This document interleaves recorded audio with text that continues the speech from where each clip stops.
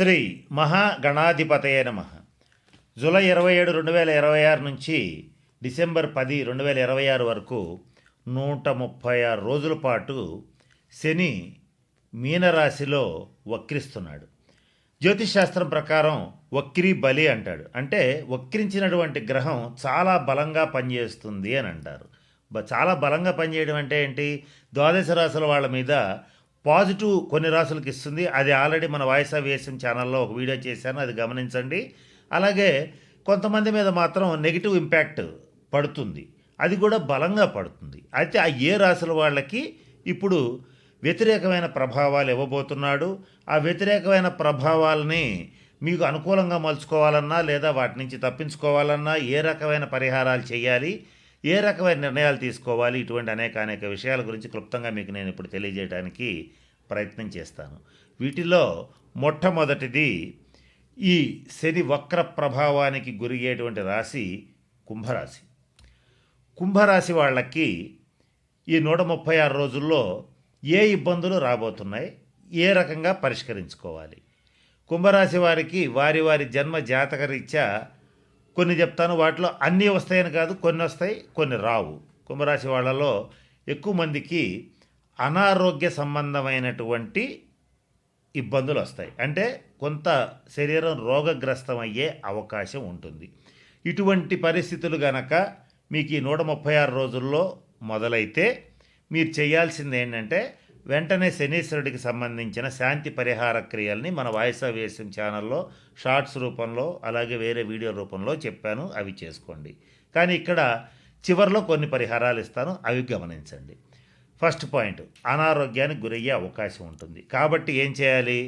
కుంభరాశి వాళ్ళు పొరపాటును కూడా ఈ 136 రోజులు ఆహార విహార నియమాలు పాటించాలి.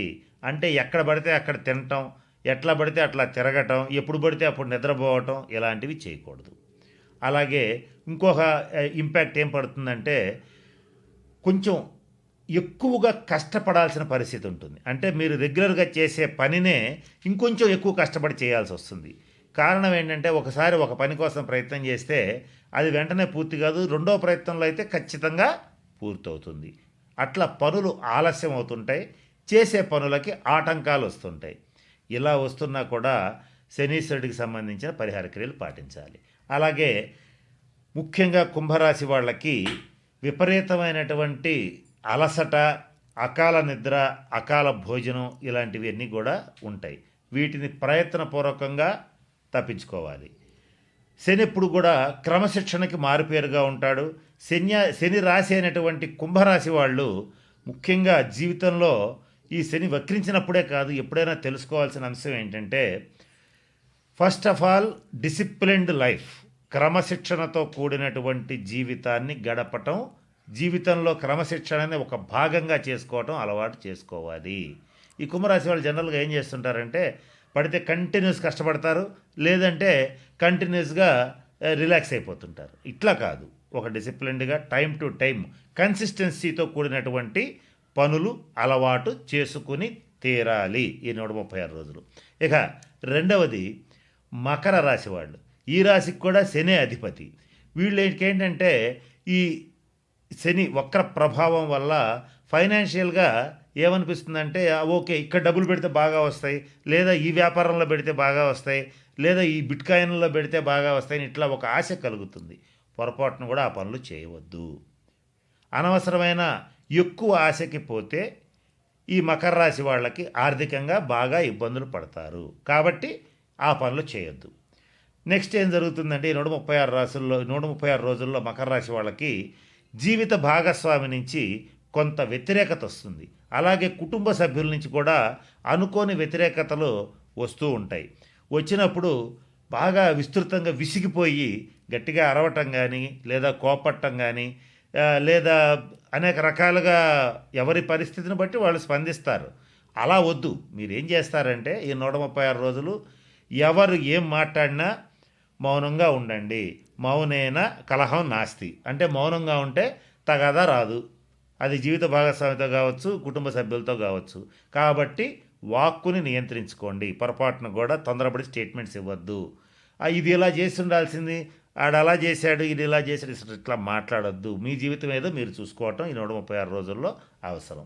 నెక్స్ట్, ఫైనాన్షియల్ డెసిషన్స్ తీసుకునేటప్పుడు, అంటే కొత్తగా వ్యాపార వ్యవహారాలు నిర్ణయించుకోవాలి, చెయ్యాలి అనుకున్నప్పుడు మాత్రం ఈ 136 రోజుల్లో 1-2 సార్లు క్రాస్ చెక్ చేసుకునే చెయ్యండి.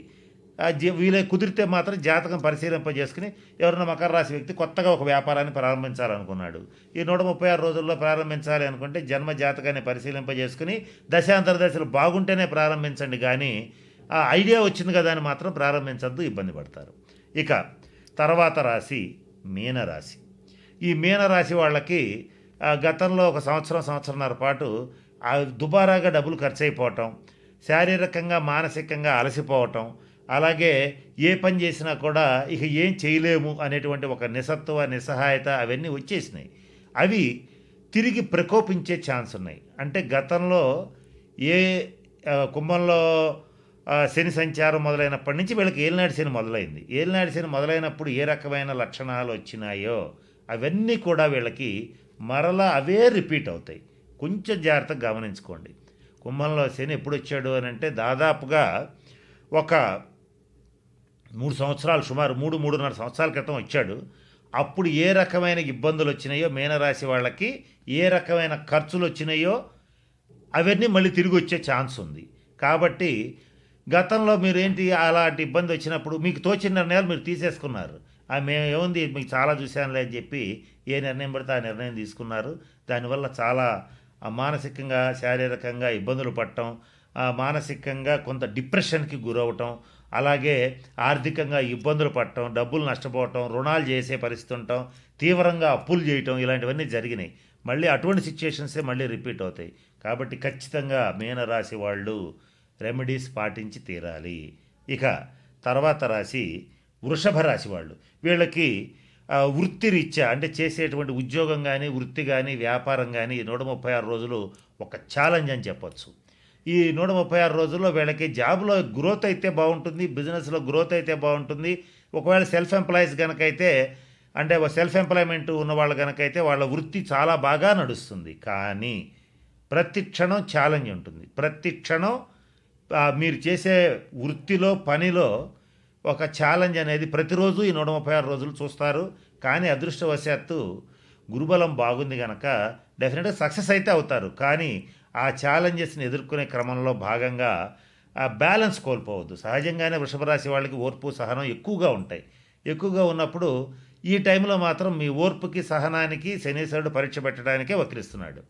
కాబట్టి అది గమనించుకొని మరింత ఓర్పుగా సహనంగా ముందుకెళ్ళండి. కుటుంబంలో ఉన్న భేదాభిప్రాయాలు కూడా మరలా రివీల్ అయ్యే ఛాన్స్ ఉంది. జీవిత భాగస్వామితో కొంతకాలం పాటు దూరంగా ఉండటం కానీ, లేదా కొంత డిస్టర్బెన్స్ రావటం కానీ జరిగే అవకాశం ఉంది. ఇలాంటివి వచ్చినప్పుడు మరింత జాగ్రత్తగా నిర్ణయాలు తీసుకోండి. ఈ విషయంలో ఏం చేయాలో మీకు ఆల్రెడీ తెలుసు. తెలిసిన దాన్ని నిర్లక్ష్యం చేయకుండా, వృషభ రాశి వాళ్ళకి ఈ 136 రోజుల్లో ఏంటంటే ఒక నిర్లక్ష్యం, నిర్లిప్తత, ఈ ధోరణి బాగా పెరిగిపోతుంది. అసహనం, అలాగే కొంచెం బద్ధకం, ఇలాంటివన్నీ వచ్చేస్తాయి. వీటిని ఉద్దేశపూర్వకంగా మీరు మానుకుని నిర్ణయాలు తీసుకోవాలి. అప్పుడు గ్యారంటీగా ఈ 136 రోజుల్లో మీరు సక్సెస్ అయిపోతారు. తర్వాత రాశి వాళ్ళు కర్కాటక రాశి వాళ్ళు. వీళ్ళకి ఏం జరుగుతుందంటే ఆరోగ్య విషయంలో చాలా జాగ్రత్తగా ఉండండి. మీ ఆరోగ్య విషయంలో జాగ్రత్తగా ఉండండి. మీ జీవిత భాగస్వామి ఆరోగ్య విషయంలో కూడా చాలా జాగ్రత్తగా ఉండండి.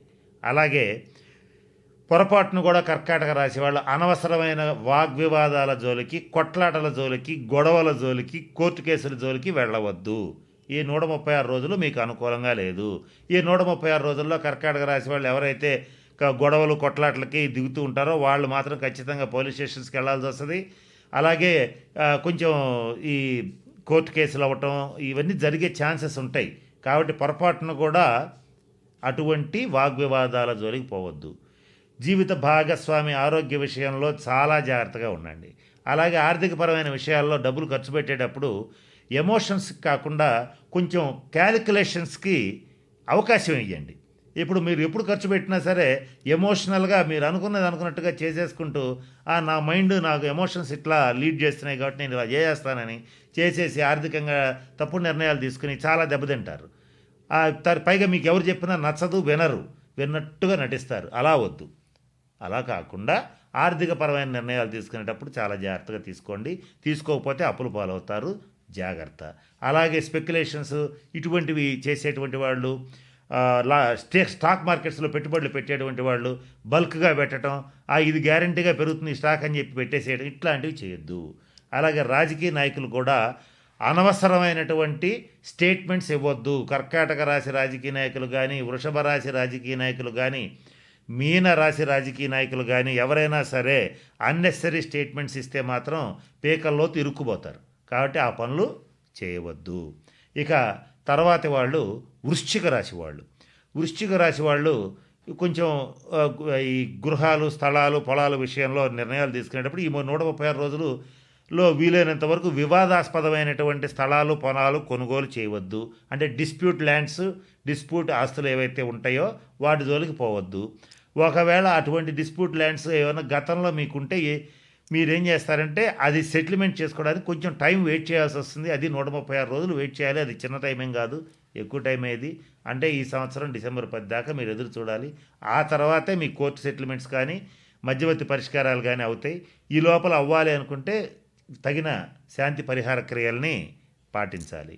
అలాగే వృశ్చిక రాశి వాళ్ళకి ఈ 136 రోజుల్లో శ్రమ ఎక్కువ, సుఖం తక్కువ. ప్రతి క్షణం పని చేస్తూనే ఉండాలి. ఒక రోబోట్ లాగా, ఒక మరమనిషిలాగా పని చేయాల్సినటువంటి సమయం ఇది. ఎంత పని చేసినా కుటుంబ సభ్యులకి తృప్తి ఉండదు. ఎంత కష్టపడ్డా ఎదుటి వాళ్ళని మీరు సాటిస్ఫై చేయలేరు.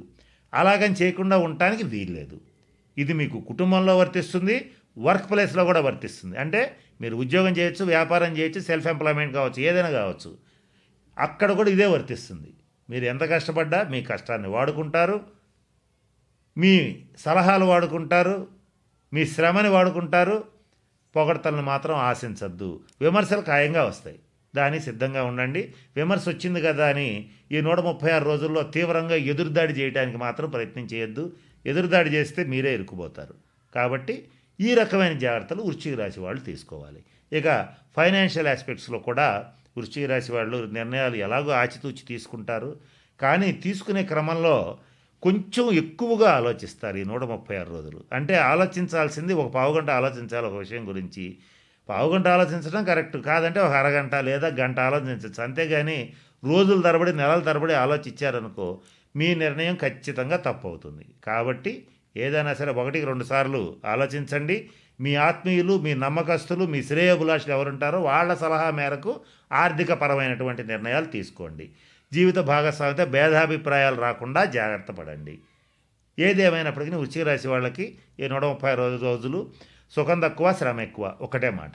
ఇకపోతే ఇక్కడ నేను కొన్ని రాశులు చెప్పాను. వాటిలో ఏంటంటే మకర రాశి, కుంభరాశి, మీనరాశి, వృషభ రాశి, కర్కాటక రాశి, వృశ్చిక రాశి.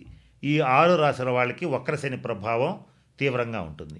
దాంట్లో కూడా మన వాయిస్ ఆఫ్ వేసిన ఛానల్లో చెప్పాను, ఎవరు ఏ తప్పులు చేస్తే ఈ వక్రశని ప్రభావం తీవ్రంగా ఉంటుందో చెప్పాను. అట్లాగే ఇక్కడ ఒక మాట చెప్తాను. ఏంటంటే ఏ పనులు చేస్తే ఈ వక్రశని ప్రభావం మీ మీద అస్సలు ఉండదు, ఇంకా మాట్లాడితే పాజిటివ్గా మారుతుంది అంటే కొన్ని పరిహారాలు చెప్తానని ఫస్ట్లో చెప్పాను, అవి ఇప్పుడు చెప్తాను, జాగ్రత్తగా వినండి. ఏంటంటే వృద్ధులు, వికలాంగులు ఎవరన్నా ఉంటే వాళ్ళకి సహాయం చేయండి. అది ఆర్థికంగా కావచ్చు, అలాగే వాళ్ళకి సర్వీస్ చేయటం కావచ్చు. వికలాంగులు ముఖ్యంగా ఎవరైనా కుంటివాళ్ళు ఎవరైనా ఉంటే వాళ్ళకి ట్రైసైకిల్స్ అంటే 3 చక్రాల బండ్లు ఇవ్వటం కానీ, లేదా వాళ్ళ ఆసుపత్రి ఖర్చులకు డబ్బులు ఇవ్వటం కానీ. రోగుల్లో కూడా మామూలు రోగులు కాదు, దీర్ఘ రోగులు. కొన్ని దీర్ఘ రోగులకి, తరుణ రోగులకి తేడా ఏంటంటే తరుణ వ్యాధులు అంటే అప్పుడే వారం 10 రోజుల్లో తగ్గిపోతాయి. దీర్ఘ రోగులు అంటే నెలలో, సంవత్సరాల తరబడి వాళ్ళు రోగిష్టి వాళ్ళనే ఉంటారు. వాళ్ళకి సేవ చేయండి. ఇంకా కుదిరితే ఈ 6 రాశుల వాళ్ళు ఎవరైనా రక్తదానం చేసే అలవాటు ఉంటే చెయ్యండి, అది మీకు మంచిది. ఇక ఇంకా ఎవరైనా సరే ఈ 6 రాశుల్లో శనీశ్వరుడికి సంబంధించి మంచి ఫలితాలు పొందాలంటే ప్రభుత్వ ఆసుపత్రులకు వెళ్ళి అక్కడ ఉన్నటువంటి రోగులకి కావాల్సిన మెడిసిన్స్ ఇప్పించడం కానీ, ఏదైనా పళ్ళు ఇవ్వటం కానీ అవకాశం ఉంటే చేయండి. ముఖ్యంగా వృద్ధాశ్రమాలు, అనాథాశ్రమాలు కాదు, వృద్ధాశ్రమాలు ఎవరికైతే ఉంటాయో అక్కడికి వెళ్ళి వృద్ధులకి సేవ చేయండి. వాళ్ళకి కావాల్సిన వైద్య సదుపాయం కల్పించండి, వాళ్ళకి కావాల్సిన సేవలు చేయండి. శని గ్రహం అనేటువంటిది వృద్ధుల్ని సూచిస్తుంది, నల్లటి వాళ్ళని సూచిస్తుంది, కుంటి వాళ్ళని సూచిస్తుంది. అలాగే నలుపుకి సంబంధించినటువంటి విషయాలు, నూనెలకు సంబంధించిన విషయాలు, పత్తికి సంబంధించిన విషయాలు సూచిస్తుంది. ఈ 6 రాసుల్లో ఇటువంటి వాటికి సంబంధించి వృత్తి వ్యాపారాలు చేసేటువంటి వాళ్ళు చాలా జాగ్రత్తగా ఉండాలి. వీళ్ళకి తగిన నిర్ణయాలు తీసుకోవాలి, తగిన శాంతి పరిహార క్రియలు పాటించాలి. ఇలా చేస్తే ఖచ్చితంగా మంచి ఫలితాలు ఉంటాయి. ఇంకొక ముఖ్యమైన విషయం, శని ఎప్పుడు కూడా క్రమశిక్షణను కోరుకుంటాడు, ఆనెస్టీ, నీతి నిజాయితీలను కోరుకుంటాడు. ఈ 6 రాసుల్లో ఎవరైతే నీతిగా నిజాయితీగా ఉంటారో, క్రమశిక్షణతో ఉంటారో, పరద్రవ్యాన్ని ఆశించరో, అంటే ఎదుటివాడి ఇల్లు కొంప కొల్లగొట్టి కాజేయాలనుకోరో, వాళ్ళకి మాత్రం మంచి ఫలితాలు ఉంటాయి. ఏదైతే నేను చెప్పినట్టుగా ఎవరో ఒకళ్ళ ఆస్తి కలుపుకుందాం, ఏదో ఒక రకంగా వాడి ఆస్తి వాడిని బెదరగొట్టో, భయపెట్టో, లేదా ప్రలోభాలకు గురి చేస్తూ లాక్కుందాం అనేటువంటి వాళ్ళు కానీ, తీవ్రంగా మద్యపానం చేసేటువంటి వాళ్ళు కానీ, అలాగే నిషేధిత ప్రదేశాలు అంటే జూద గృహాలు, వ్యభిచార గృహాలు, ఇటువంటి వాటి దగ్గరికి వెళ్ళేటువంటి వాళ్ళు కానీ, వాళ్ళని మాత్రం ఈ 136 రోజులు కర్మకారకుడైనటువంటి శనీశ్వరుడు ఖచ్చితంగా ఇబ్బందులు పెడతాడు. కాబట్టి వాటి జోలికి ఖచ్చితంగా పోవద్దు. ఈ 136 రోజులు అసలు పోవద్దు. కనుక నేను చెప్పినటువంటి విషయాలు గమనంలో పెట్టుకోండి, జాగ్రత్తలు పాటించండి. మన ఛానల్లోనే ఇంకా పరిహారాలు ఇస్తాను, మీకు షార్ట్స్ రూపంలో కూడా ఇస్తాను. వాటిని పాటించి ఈ 136 రోజులు మీకు అత్యంత అనుకూలంగా మార్చుకోవచ్చు. నేను చెప్తూ వీడియో మొదట్లో ఒక మాట చెప్పాను, వక్రీ బలి అన్నాను. వక్రించిన గ్రహం మరింత బలంగా పనిచేస్తుంది. ఆ బలంగా పనిచేసేటప్పుడు దాన్ని పాజిటివ్గా నెగిటివ్గా మార్చుకోవటం మీ చేతుల్లో ఉంటుంది. కాబట్టి నేను చెప్పిన అన్ని సూచనలు పాటించి అందరూ 12 రాసుల వాళ్ళు శనీశ్వరుడు యొక్క శుభ ఫలితాలు పొందాలని మనస్ఫూర్తిగా ఆశిస్తూ ఆ పరమేశ్వరుడిని ప్రార్థిస్తూ సెలవు తీసుకుంటున్నాను. స్వస్తి.